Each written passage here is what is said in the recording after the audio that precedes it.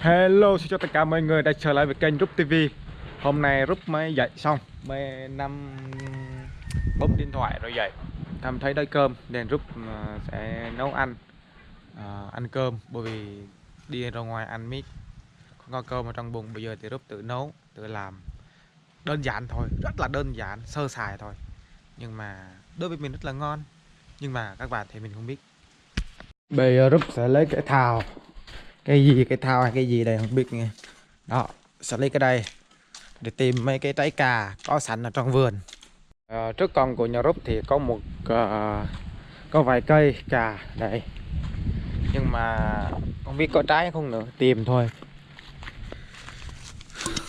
Hôm nay thì mình chưa biết đi đâu được, mình sẽ tìm mấy cái cà ở trong này có sẵn rồi mình hái thôi. À đây, nhỏ nhỏ ăn ngon này, đó các bạn ơi, không biết cà gì, cà đắng hay cà gì không biết nữa đây. Đó, nhỏ nhỏ thôi. Sống ở đây thì cũng không có cái gì ăn cả. Đó, cũng khó khăn.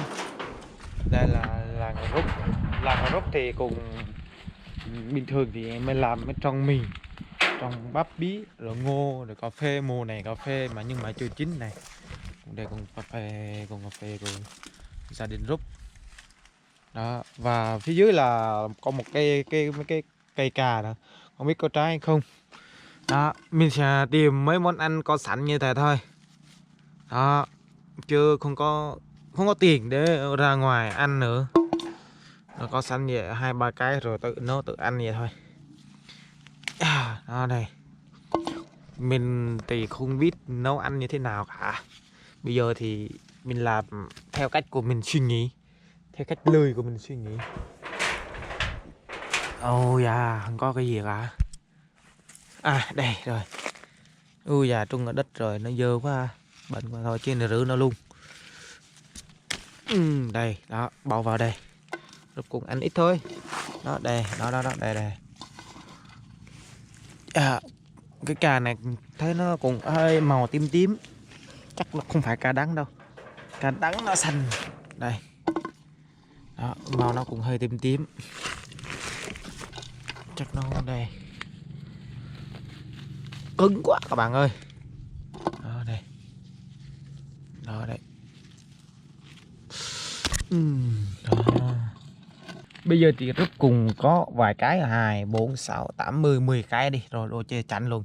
Và trước microp thì có một cây lá é. Lá này thì rất là thơm và nhiều người rất là yêu thích cái món ăn bằng lá é. Bởi vì nó có mùi thơm. Người ta hay nấu cơm lam cà nướng rồi đó. Người ta tìm lá é. Lá é cùng gọi là một loại rất là hiếm có ở trong làng. À, bây giờ Rúp sẽ hái rồi nấu chung với cà rất là hợp. Đó, bè. Rồi, thơm lắm các bạn ơi. Sau khi Rúp đã hái vài lá é rồi ca xong rồi thì Rúp sẽ đi tìm vài cái trái ớt để nấu chung với ngon. Đó, thấy chưa, con vịt nó bơi bơi. Nó nóng quá, trời nóng quá, nó bơi bơi. Đó. Kìa. Và phía bên này đây là cà đắng, đây là lá mì. Đó, đây là lá mì này. Vườn nhà Rúp cũng có đầy đủ. Bây giờ thì tìm mấy trái ớt thôi. Tìm mấy trái ớt này. Đó, đây là trái ớt này. À, non hết rồi, người ta hái hết rồi. Bây giờ thì Rúp sẽ ra ngoài kia tìm tiếp nữa. Đó, ví dụ mấy trái ớt đây này. Đó. Cho nó cay cay nó mới ngon đây này. Đó.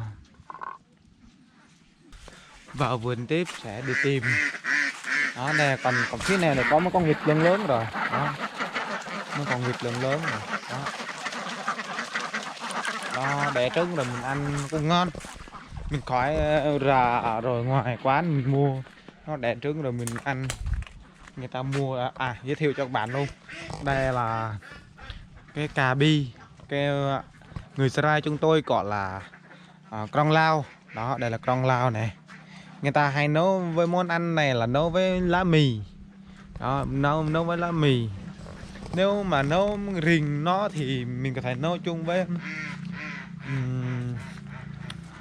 nói chung với mắm đó, mắm khô rồi đó hay là mắm cơm đó rất là ngon. Còn phía này là lá khoai lang, rau khoai này đó, đây này rau khoai, nhìn nó cũng xanh là tốt. Để tự nhiên là cái khoai này thì ở ở dưới nó là màu màu cái củ đó, màu trắng đó. Bây giờ thì Rúp đi tìm mấy cái ớt thôi. À đây ớt đây, ở trong vườn Rúp có ớt này đó, đó đây đây đây đây đó đó đó, đó. À, đó bẻ vài cái bỏ vào đây.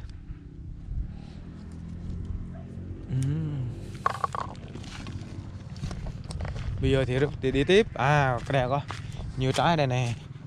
Vâng, ớt xanh rồi đó, đây đây rồi đây hái đó, đây wow cái này to này, chắc nó cũng non nhưng mà nó có thể cay cay tí, không sao, mình ăn ớt ít thôi, quay cay quá thì cũng hại dạ dày mình.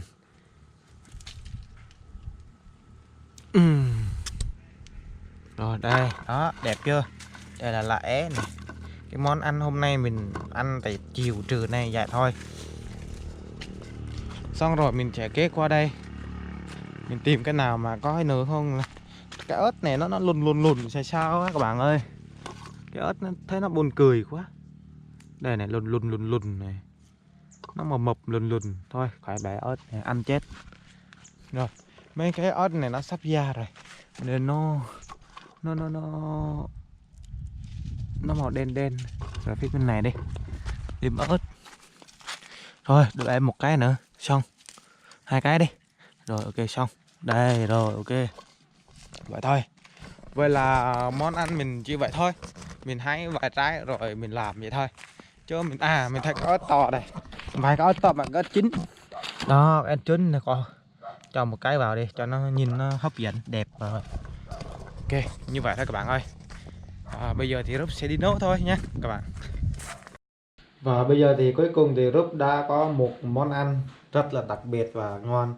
Đây là cà, ớt, lá é và cá hấp đó. Rúp sẽ nấu chung này đó, nấu chung và trộn họ với nhau, rồi mình có thể thưởng thức một món ăn rất là đơn giản mà ngon. Bây giờ Rúp sẽ nhóm lửa đã, nhóm lửa đó, nhóm lửa đã, lửa không có. Ở đây thì trong lòng núi không có bếp ga đâu, không có bếp ga bếp điện đâu, mình xài là bếp củi.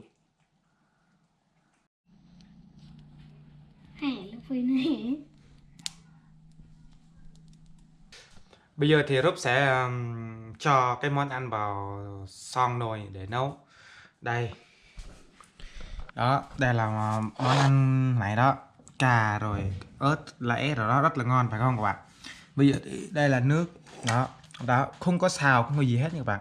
Rúp sẽ để này đó, nước nó hơi nhiều đó, vậy nó mới ngon đó. Đây cách Rúp nấu ăn nha các bạn, món ăn người Gia Rai của chúng tôi đó, nó rất đơn giản vậy thôi. Đây này, cho ớt vào luôn các bạn ơi, nấu ớt luôn xí nữa, khỏi bỏ sau, bỏ trước cũng được cho nó cùng chín với cà luôn nó mới ngon đó. Bây giờ thì có con mèo nó ăn đi này đó, thì nữa tôi giết nó này. Bây giờ thì còn 1 2 3 4 rồi, kệ nó, con mèo nó ăn rồi. Bây giờ thì Rúp sẽ lấy cái đề, bỏ cái đề thì sau nha các bạn nha. Bây giờ thì Rúp nấu cái đề đã. Đây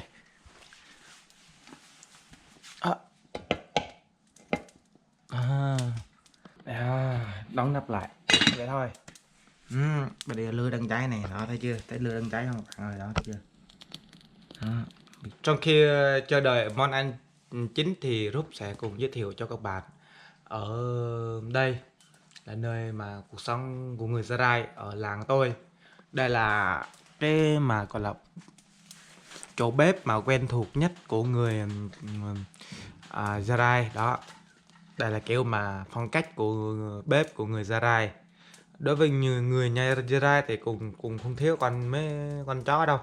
Nhưng các bạn đã thấy đây là con chó này, có mấy cái kề kìa đó, rồi mấy cái tôn nó sẽ màu đen đó, nhưng mà chỗ mày cái cát này nè nó sẽ rất là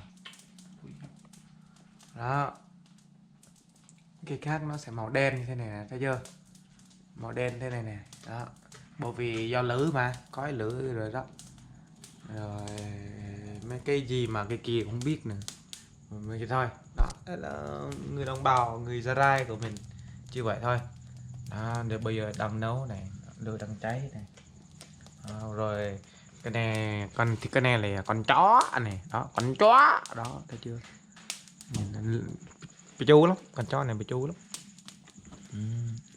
Bây giờ chúng ta cùng chờ đợi nha các bạn ơi đó. Ok, chín ngon rồi các bạn ơi đó. Bây giờ thì Rút sẽ lấy cá nha, lấy cá đây đây đó, mình ăn như hôm nay vậy thôi, bỏ vào vậy thôi à.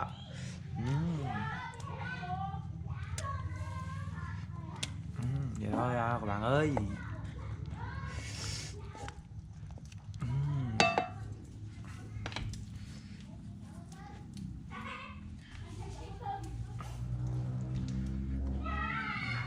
Ok, bây giờ thì sẽ cho lửa nó đi tiếp.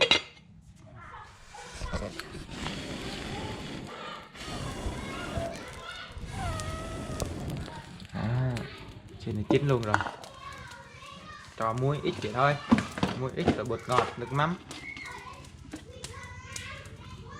đó. Bây giờ thì đã chín rồi các bạn ơi, bạn thấy này đó, thấy chưa đó.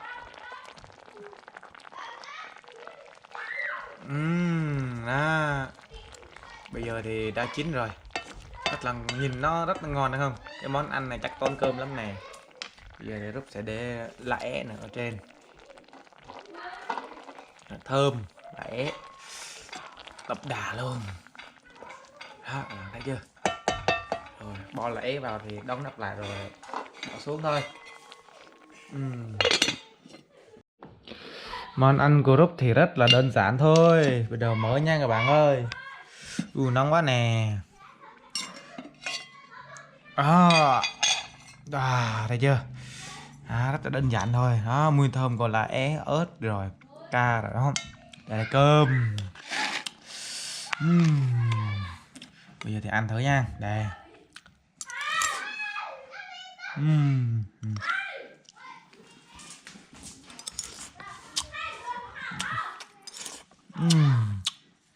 Ngon lắm các bạn ơi.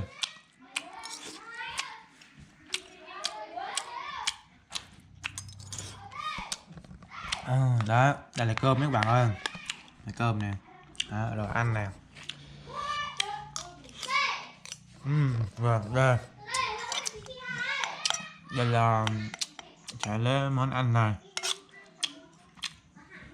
đây các bạn ơi, đây rồi.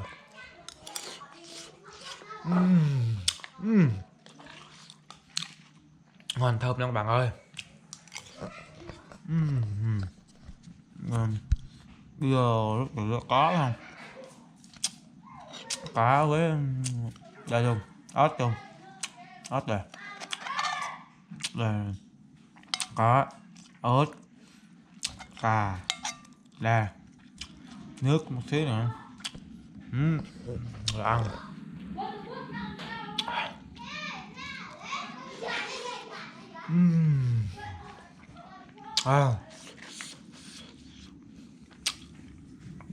Món này nó đậm đà lắm, vì nào cà nè, ớt cay nè đó, lẽ nữa, thơm thơm nữa.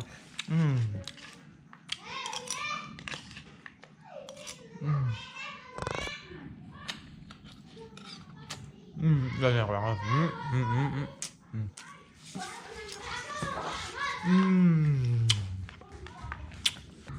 Người đàn ông chưa có vợ mà chỉ ăn một mình, thưởng thức một mình vậy thôi, cô đơn lắm các bạn ơi.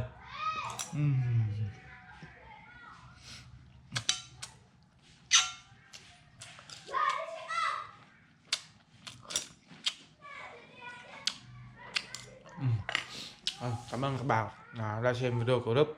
Hẹn gặp lại các bạn một video tiếp theo. Bye bye.